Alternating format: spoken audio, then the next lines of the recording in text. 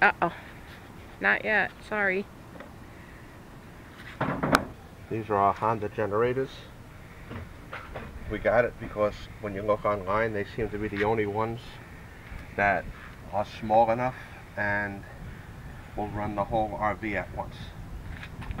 So One alone wouldn't have run the RV? one of these? No. And they're talking about, we were looking at the Champion, and the Champion, from what everyone else said, looking at the YouTube reviews, won't do a 15K AC unit. Or if it does, it barely does it, and then you turn anything else on, it overloads. So we got these instead. So when we have them outside, because they're so light, we're putting these little theft guards on them so we can chain them up or whatever and not have to worry about it.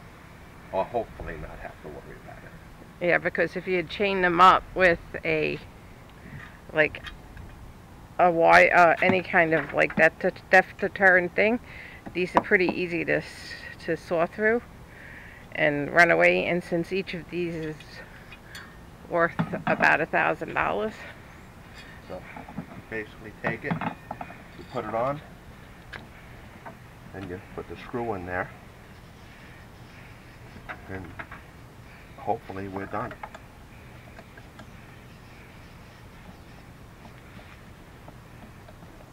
then can't they just unscrew it?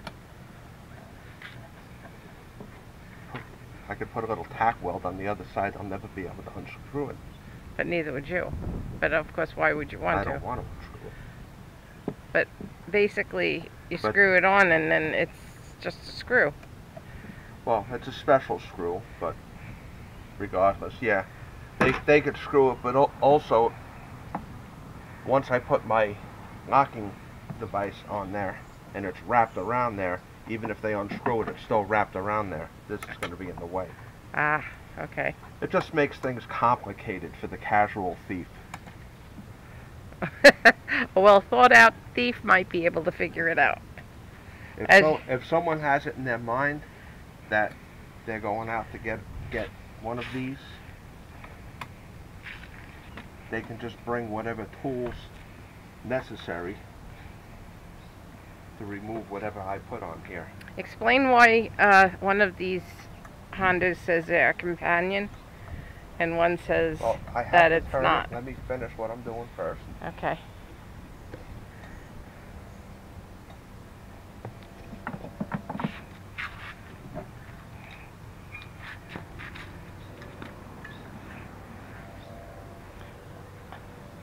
We did a lot of research on these, so. I'm going into the house for a second. Do you want to pause it? I did a lot of research on. We did a lot of research on these. So if anybody has any questions, feel free to ask. I forgot to. They have a little double-sided tape on here, little foam pads that they want you to unpad, so you go like that. And then it's stuck to it too. It's stuck to it also. And you were asking about, well, the screws? That's it. Oh, okay. Are you going to take the other one off and then do it again? Yes. Okay.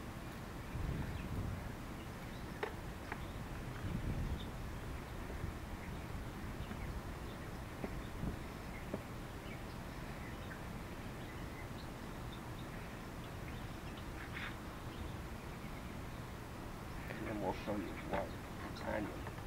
Yes.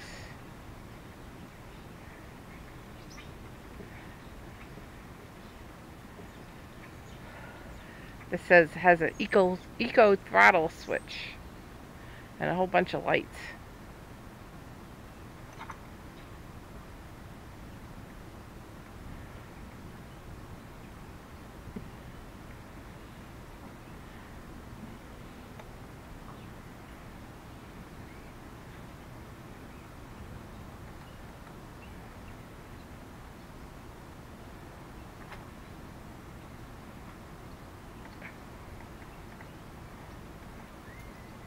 This is just tightening it. Yeah. Actually.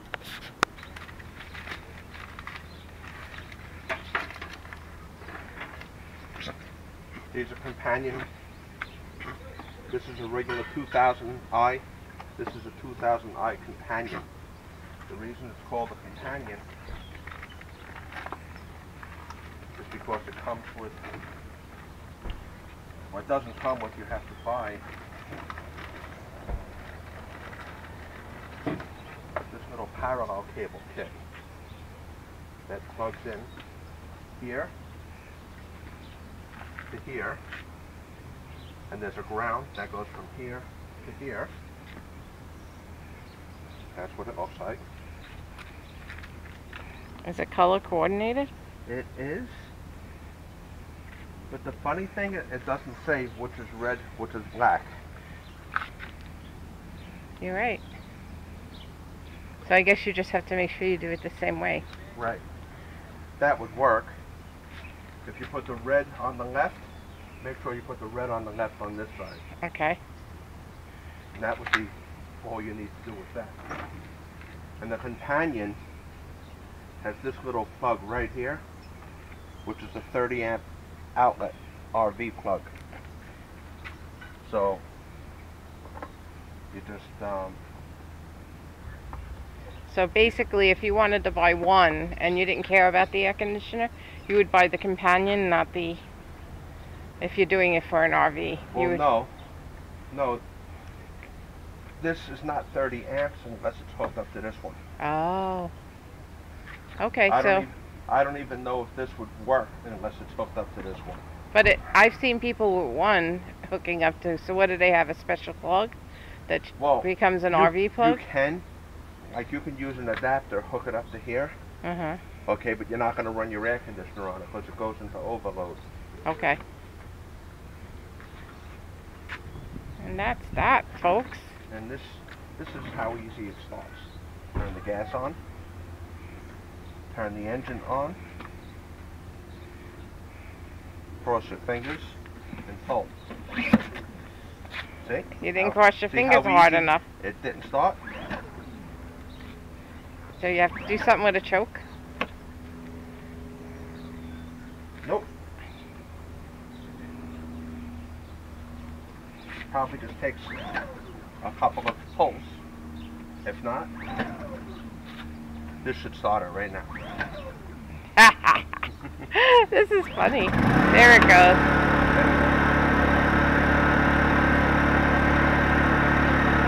There is a choke on it right there. You're supposed to do that. I heard them on all the videos saying that.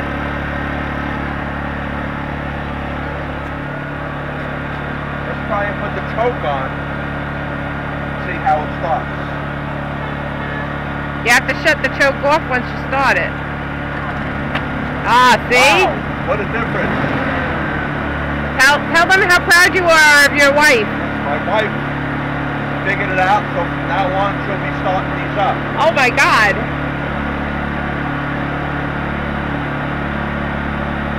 But that's true, it's not exceptionally loud. So I'm talking in my normal movie voice.